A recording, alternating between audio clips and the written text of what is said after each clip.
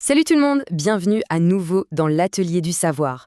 Aujourd'hui, on part en exploration pour répondre à une question assez folle. Qui est vraiment aux commandes là-haut dans notre tête? On pense savoir, mais vous allez voir que la vérité est bien plus surprenante qu'on ne l'imagine. Accrochez-vous, le voyage à l'intérieur de notre propre cerveau commence maintenant. On a tous déjà vécu ça, pas vrai? Ce moment où on se dit « bon, allez, c'est le dernier épisode et après au lit ». Et puis, hop, 3 heures plus tard, on est toujours devant l'écran. C'est un peu comme si quelqu'un d'autre avait pris la télécommande de notre cerveau. Eh bien, figurez-vous que cette impression n'est pas juste une impression, c'est la réalité. Une part absolument gigantesque de ce qui se passe dans notre cerveau opère en mode sous-marin, complètement en dehors de notre radar conscient. Alors on va plonger ensemble pour voir ce qui se trame dans les coulisses. Ok, premier arrêt, le pilote automatique. Ce système incroyable qui gère une tonne de choses pour nous. Et pour bien comprendre sa puissance, on va prendre un exemple un peu spectaculaire, je vous l'accorde, mais hyper révélateur. Le somnambulisme. Non, ce n'est pas une blague. C'est la phrase authentique d'un patient qui s'est réveillé devant son œuvre d'art nocturne. Ça montre bien qu'on peut accomplir des tâches super complexes, comme marcher, parler et même faire de la déco, sans que notre moi conscient ne soit au courant de quoi que ce soit. C'est fou quand on y pense. Alors, comment c'est possible? Pour le comprendre, il faut faire la connaissance du grand patron, le PDG de notre cerveau, le cortex préfrontal.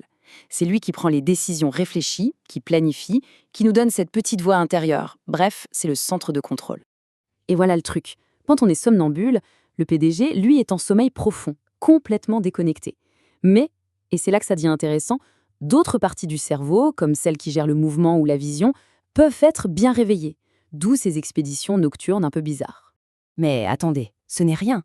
Si on poussait le bouchon encore plus loin, et si je vous disais qu'on n'a pas un, mais bien deux esprits distincts qui cohabitent dans notre crâne? Ça paraît dingue, mais c'est exactement ce que nous apprennent les études sur les patients dits à cerveau divisé. Petit rappel rapide, notre cerveau est séparé en deux hémisphères. Pour faire simple, le gauche, c'est un peu notre interprète, le champion de la logique et du langage, et le droit, c'est notre artiste intérieur, super doué pour tout ce qui est visuel, spatial et émotionnel. Normalement, les deux communiquent en permanence. Et c'est là qu'intervient Joe. C'est un patient dont la connexion entre les deux hémisphères a été coupée. Des chercheurs lui ont montré le mot Texas, mais attention, l'image a été envoyée uniquement à son œil gauche, ce qui signifie que seul son hémisphère droit, l'artiste, a vu le mot. Alors, question piège, sachant que c'est l'hémisphère gauche, l'interprète, qui gère la parole, qu'est-ce que Joe a dit avoir vu?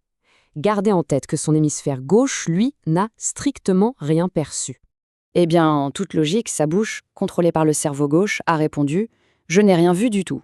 Pour lui, consciemment, rien ne s'était passé. C'est maintenant que ça devient bluffant. On a demandé à Joe de dessiner ce qu'il avait vu avec sa main gauche, qui, elle, est pilotée par l'hémisphère droit. Et là, il a dessiné un chapeau de cow-boy. Son cerveau droit avait parfaitement vu Texas et a agi de son côté en silence, la preuve vivante que deux consciences peuvent exister et agir indépendamment dans une seule et même tête. Le truc, c'est que cette division n'est pas seulement interne. Notre cerveau est une véritable éponge. Il est constamment modelé, influencé et même programmé par le monde extérieur. Et ce, bien plus qu'on le réalise.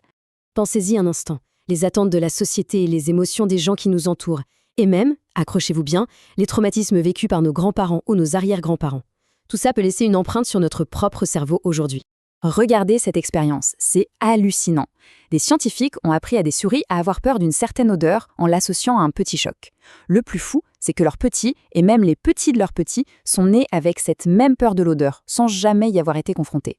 C'est un phénomène qu'on appelle l'épigénétique. Nos expériences peuvent littéralement laisser des marques sur notre ADN qui sont ensuite transmises. Alors, tout ça nous amène à une question qui donne un peu le vertige.